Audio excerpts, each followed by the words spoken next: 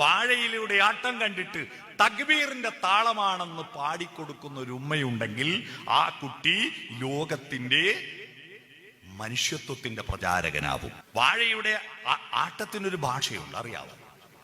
വാഴയിലൂടെ ആട്ടത്തിന്റെ ഒരു ഭാഷ അറിയാമോ?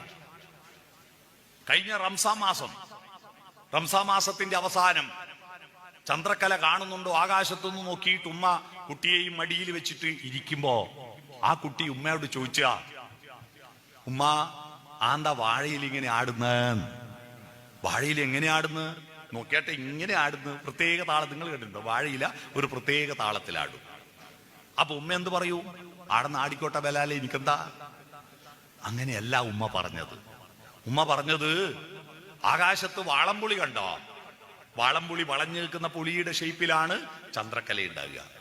വാളൻ പുളി പോലെ അമ്പീളി പൊങ്ങുമ്പോൾ കുലവാഴ കൈകളിൽ ഊഞ്ഞാലിലാടുന്ന കുഞ്ഞീളം പൂങ്കാറ്റ് തക്ബീർ ചൊല്ലുന്നു. ലാ ഇലാഹ ഇല്ലല്ലാഹ്, ലാ ഇലാഹ ഇല്ലല്ലാഹ്. വാഴയിലൂടെ ആട്ടം കണ്ടിട്ട് തക്ബീറിന്റെ താളമാണെന്ന് പാടിക്കൊടുക്കുന്ന ഒരു ഉമ്മയുണ്ടെങ്കിൽ ആ കുട്ടി ലോകത്തിന്റെ മനുഷ്യത്വത്തിന്റെ പ്രചാരകനാവും, ആർദ്രതയുണ്ടാക്കും. അതിനു പകരം ബലാൽ എനിക്ക് വേറെ ഒന്നും പണിയില്ലെന്ന് ചോദിച്ചാൽ തീർന്നു, അവന്റെ മനുഷ്യത്വത്തിന്റെ തെഴുപ്പടർന്നു.